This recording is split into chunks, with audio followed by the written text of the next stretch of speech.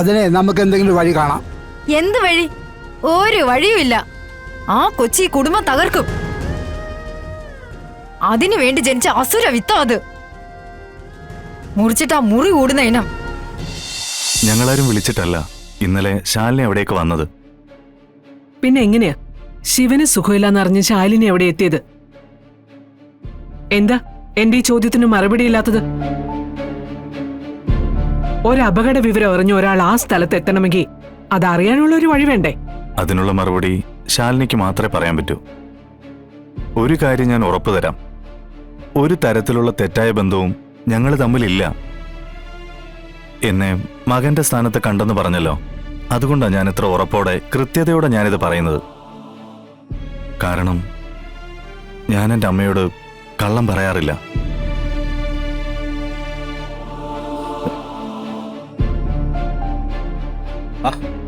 വിഷ്ണു,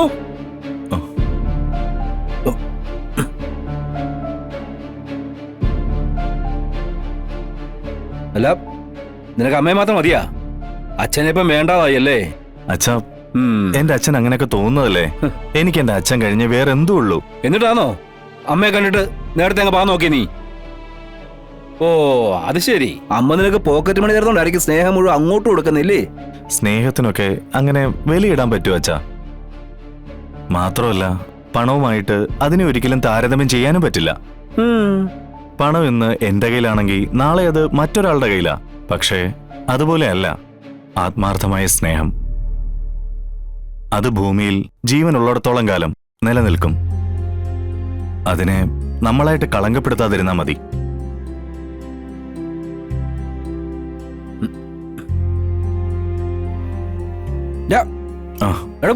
അയ്യോ നീങ്ങോ, ചുമ്മാതെ മതപ്രസംഗം നടത്തുന്ന പോലെ ഇവിടെ പറഞ്ഞിട്ടെന്തോ കാര്യം?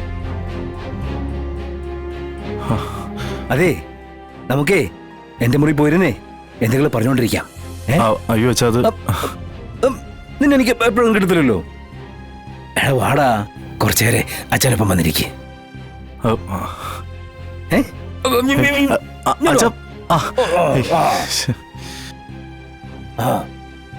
എനിക്ക് ഒരു കാര്യം നിന്നോട് പറയാനുണ്ട്.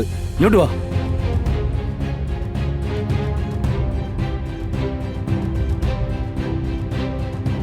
ശ്യാമേ, ഞാൻ ഇറങ്ങാൻ പോണേ.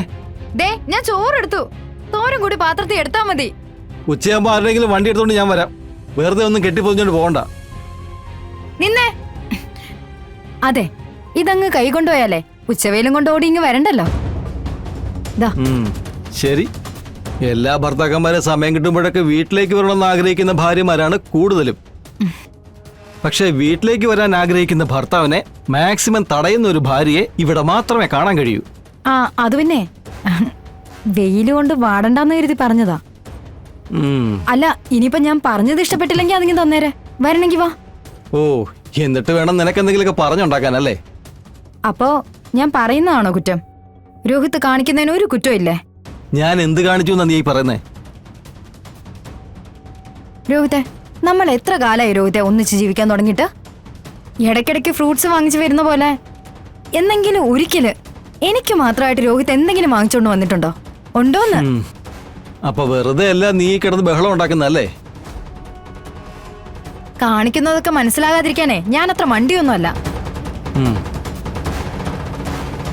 ഹോസ്പിറ്റലിലെ കാര്യങ്ങളൊന്നും ഞാൻ പിന്നെ പറഞ്ഞറിയിക്കേണ്ട കാര്യമില്ലല്ലോ.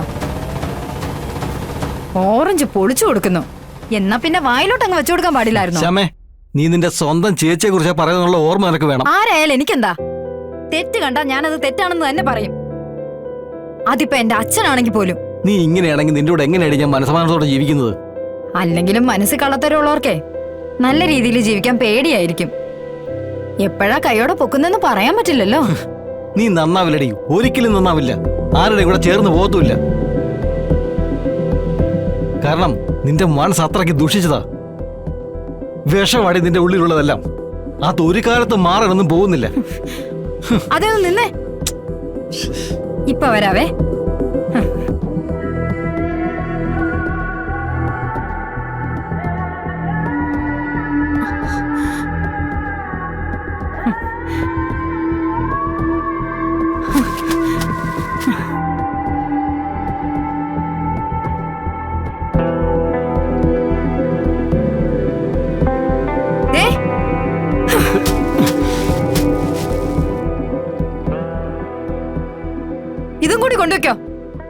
ഇവിടെ ആർക്കും ഇത് കഴുകി വൃത്തിയാക്കി കൊടുക്കാനുള്ള നേരമൊന്നുമില്ല. അഹങ്കാരം അടി നിനക്ക്. ഈ അഹങ്കാരത്തിനുള്ള മറുപടി നിന്റെ കാരണം നോക്കി ഒരു അടിയാ. നീ എന്നെ കൊണ്ടത് ചെയ്യിക്കരുത്, കേട്ടല്ലോ? എന്താ എന്താ ഇവിടെ? ദേ, കണ്ടില്ലേ സൈ കിടക്കുന്നേ?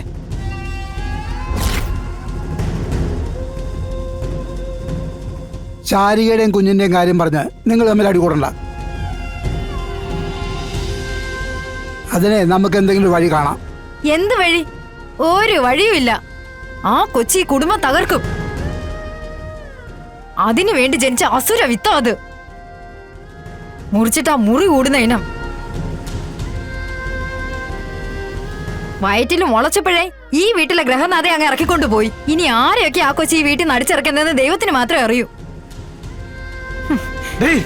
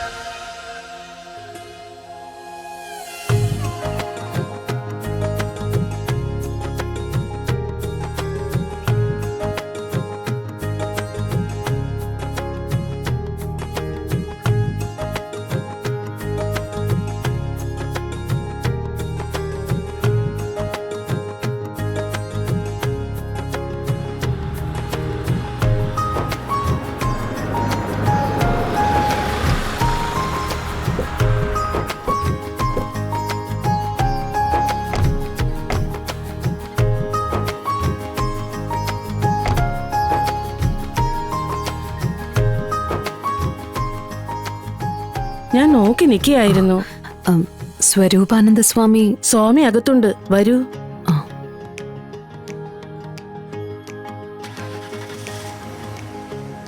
നമസ്കാരം സ്വാമി. നമസ്കാരം. ശാലിനി. മനസ്സിലായി. ഇവരുടെ കാര്യമാണ് പറഞ്ഞിരുന്നത് അല്ലേ? അതെ. നന്മയുടെ വഴി തിരഞ്ഞെടുക്കുമ്പോൾ പലപ്പോഴും പല പ്രതിസന്ധികളെയും നേരിടേണ്ടതായി വരും. അതിൽ പതറാതെ മുന്നേറുമ്പോഴാണ് നമ്മളതിൽ കൂടുതൽ വിജയിച്ചു എന്ന് പറയപ്പെടുന്നത്. സർവേശ്വരൻ്റെ ചില പരീക്ഷണങ്ങളുണ്ട്. അതിനെ മറികടക്കാൻ നമ്മളെ കൊണ്ടാവില്ലല്ലോ. പ്രാർത്ഥിക്കുക.